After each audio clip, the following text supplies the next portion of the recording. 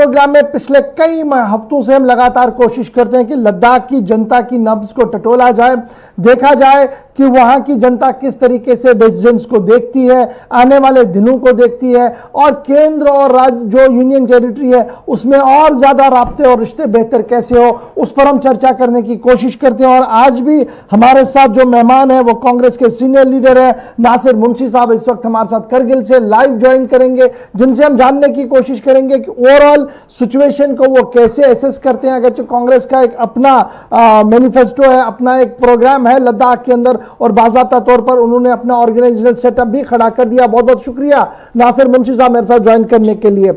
सबसे पहले अब शुरुआती जरा इसी से करें कि ऑलमोस्ट 1 साल पूरा होने जा रहा है केंद्र के उस फैसले को जिसने लद्दाख को एक अलहदा यूनियन टेरिटरी बनाया है।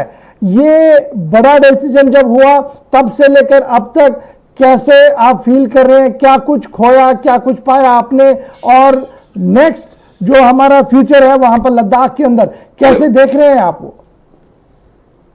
हेलो जी। गौर साहब, सबसे पहले अस्सलाम वालेकुम, और मैं सभी नाजरीन को जो है ईद की मुबारकबाद पेश करना चाहता हूं। बहुत शुक्रिया जी। जी, जहां तक आपने अभी जिक्र किया कि 5 अगस्त को जो है एक बहुत बड़ी सियासी तब्दीली जम्मू कश्मीर के अंदर आई, उसके बाद लद्दाख ने क्या खोया क्या पाया, तो उस पर मैं एक छोटे से एक शेर की नजर करना चाहता हूं कि इज्जत से आबरू से दुआ से सलाम से, इज्जत से आबरू से दुआ से सलाम से, लूटा गया है मुझको बड़े एहतमाम से। यानी कि कहने का मकसद यह है कि करगिल वालों ने कभी यूटी की डिमांड नहीं की, हमारे ऊपर जबरदस्ती ये फैसला थोपा गया। थोपने के बाद जो है जो हमारे जज्बात है, हमारे ख्वाहिशात है, हमारे एहसासात है, उनकी कभी तर्जुमानी नहीं हुई।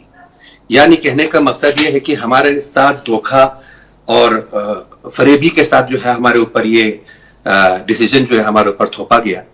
सबसे पहले मैं आपको एक चीज बताऊंगा, जो ही ये यूटी का अनाउंसमेंट हो गया 5 अगस्त को, तो करगिल के अवाम ने मतलब बिला मजहब और मिल्लत, बिला सियासी जमातों के, सबों ने इसकी मुखालिफत की और सड़कों पे आके प्रोटेस्ट किया। उसके बाद ईस्ट बेंच स्टेट के जो हमारे गवर्नर साहब थे, मलिक साहब, सत्यपाल मलिक जी, वो यहां तशरीफ लाए।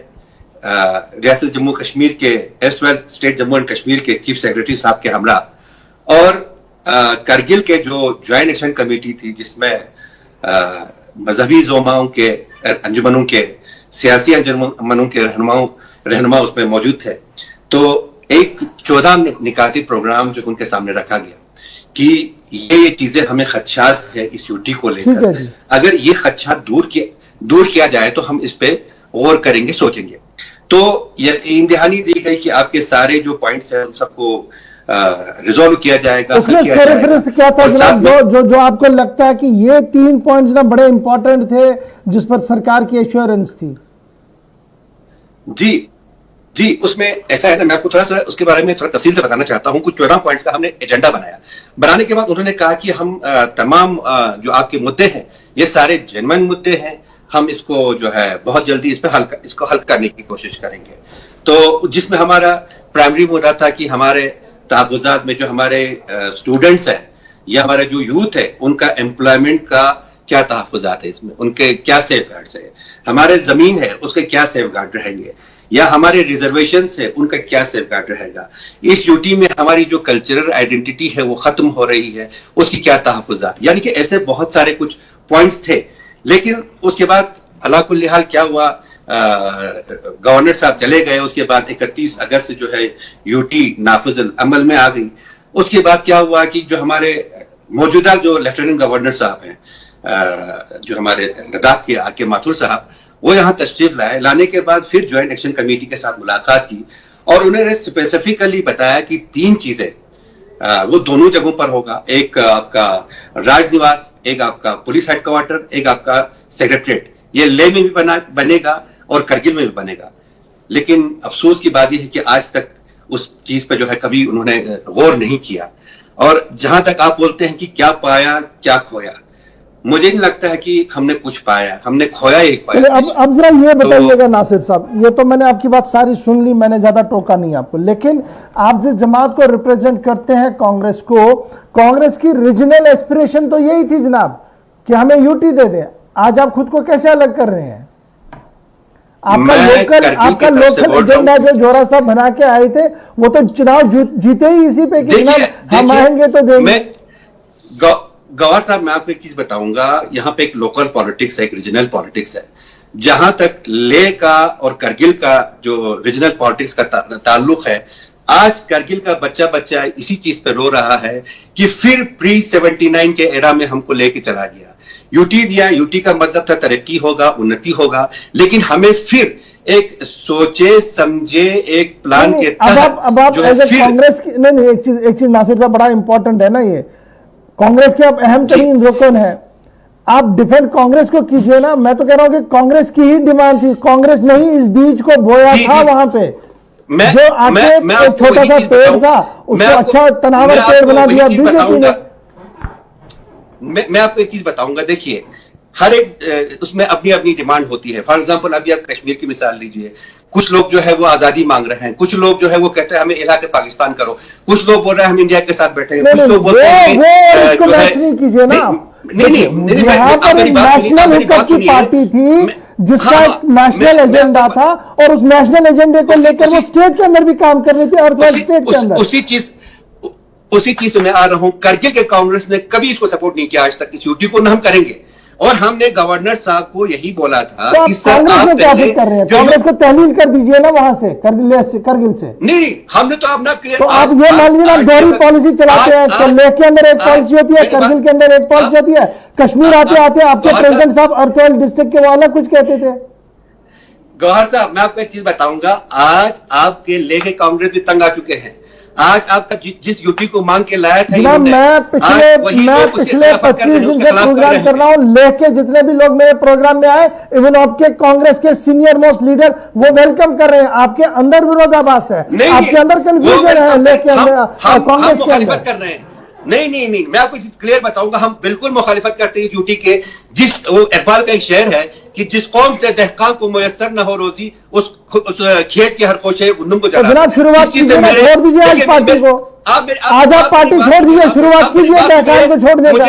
मुझे सियासत बड़ी आसान होती है ना, लेह आके एक बात, करगिल आके एक बात, श्रीनगर आके एक बात। मेरी बात सुनिए, कांग्रेस का जो भी मौकिफ हो क्या हो, मुझे आज मैं आपके प्लेटफॉर्म से कहते हुए मुझे फख्र महसूस होती है कि मुझे पार्टी से ज्यादा लोग अजीज है। आज मेरा जो पार्टी जो है वो लोग है।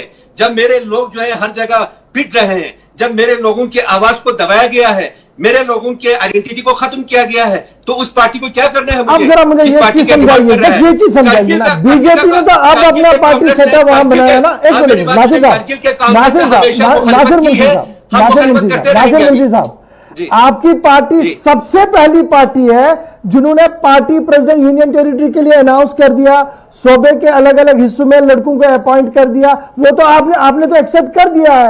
अब कौन सी बात आप बता रहे हैं? ये जी हम बिल्कुल इस चीज को एक्सेप्ट नहीं कर रहे हैं। ये आपके माध्यम से मैं पूरे मुल्क के सामने बोल रहा हूं कि उस जिस यूटी का हमें कोई बेनिफिट नहीं है, जिससे हमारी आइडेंटिटी खत्म की गई है, क्या करने में उस यूटी का? इससे बेहतर है हमें अपने पुराने हाल पर छोड़ो, हमें नहीं चाहिए अच्छे दिन, हमें अपने पुराने दिन लौटा दीजिए बस। नासिर साहब देखिए, लद्दाख के लोग, जब मैं बात करता हूं कारगिल में, जब मैं इसी प्रोग्राम में बात कर रहा हूं, वो कह रहे थे देखिए 6 शेड्यूल बड़ा जी इंपॉर्टेंट है। एक उनकी ये बड़ी जेन्युइन डिमांड मुझे लगी, उन्होंने कहा कि जो हमारे दोनों हिल काउंसिल्स हैं इनको और ज्यादा एम्पावर किया जाए, एक अकाउंटेबिलिटी को पैदा किया जाए। वो होती है कोई ठोस बात और कोई ठोस चीज। आप जैसा नेशनल हुकूमत की पॉलिटिक्स में कांग्रेस कर रही है, आप यूटी में भी कर रहे हैं। यही बात हमने सबसे पहले गवर्नर साहब के और जो हमारे लेफ्टिनेंट गवर्नर साहब आए यहाँ पर, उनसे हमने बात की।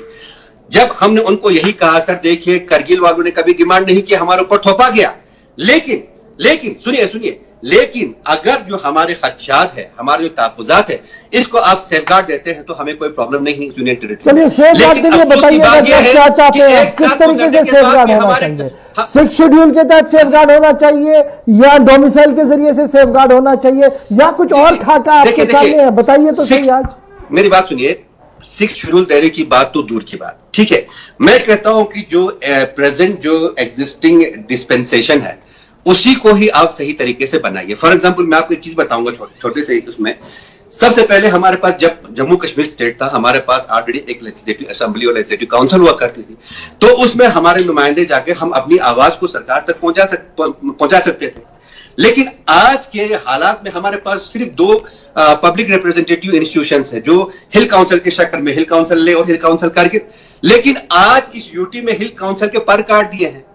अच्छा, आप बोल रहे हैं क्या पाया, मैं आपको उसी खाके पर आता हूं, क्या पाया है क्या खोया है। जो हमने खोया है इस यूटी में, यूटी के आने के बाद सबसे पहले जो हमारा एक पब्लिक रिप्रेजेंटेटिव बॉडी थी हिल काउंसिल, उसको कमजोर कर दिया। वो इस तरह कमजोर कर दिया कि पहले जो भी जमीन है उसके अलॉटमेंट जो है वो हिल काउंसिल के पास होता था सेक्शन 42 ऑफ एलएचडीसी एक्ट के तहत।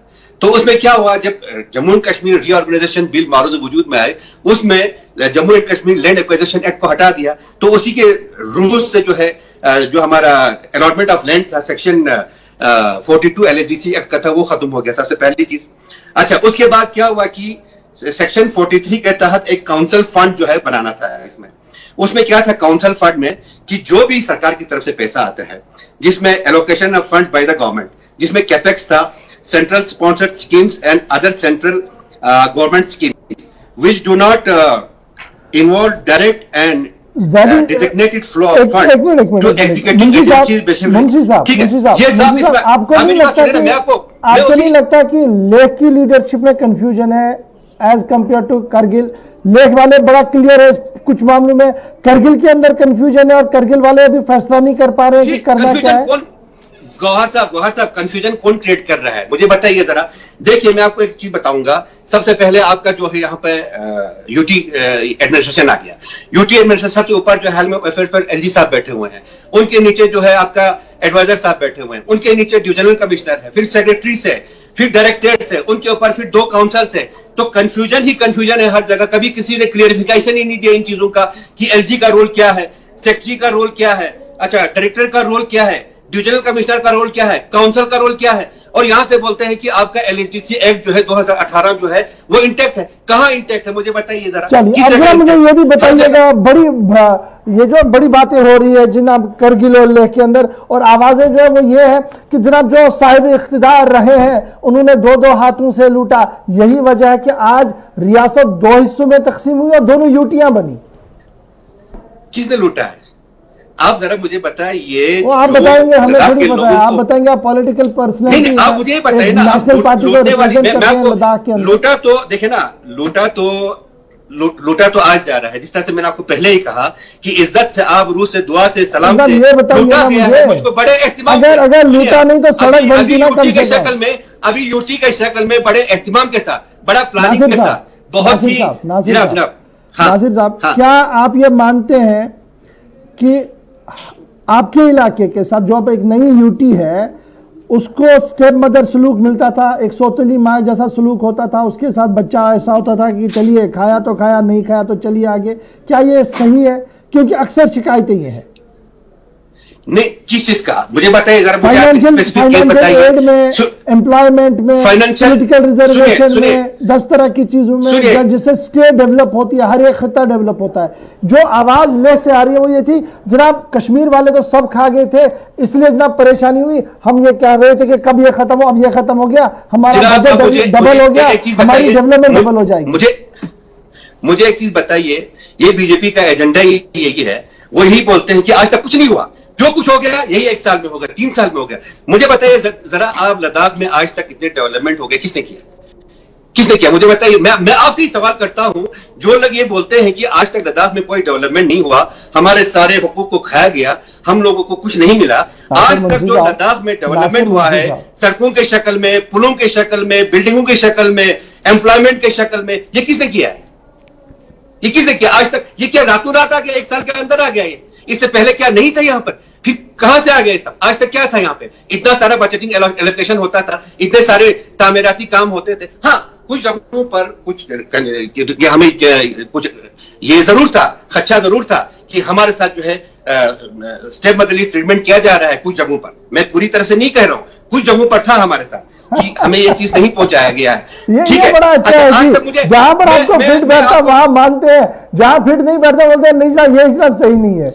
नहीं, मैं इस यही तो मैं कह रहा हूं कि करगिल के अंदर कंफ्यूजन है, लोगों के अंदर पॉलिटिकल लीडरशिप में कंफ्यूजन है। मैं वही बता रहा हूं, ले वाले इस बात का जवाब दे कि भाई आज तक जो इतने सालों में जो डेवलपमेंट हो गया किसने किया है? क्या वो अभी किया है? क्या वो इसी 5 साल का नतीजा है? मुझे जरा बताइए आप।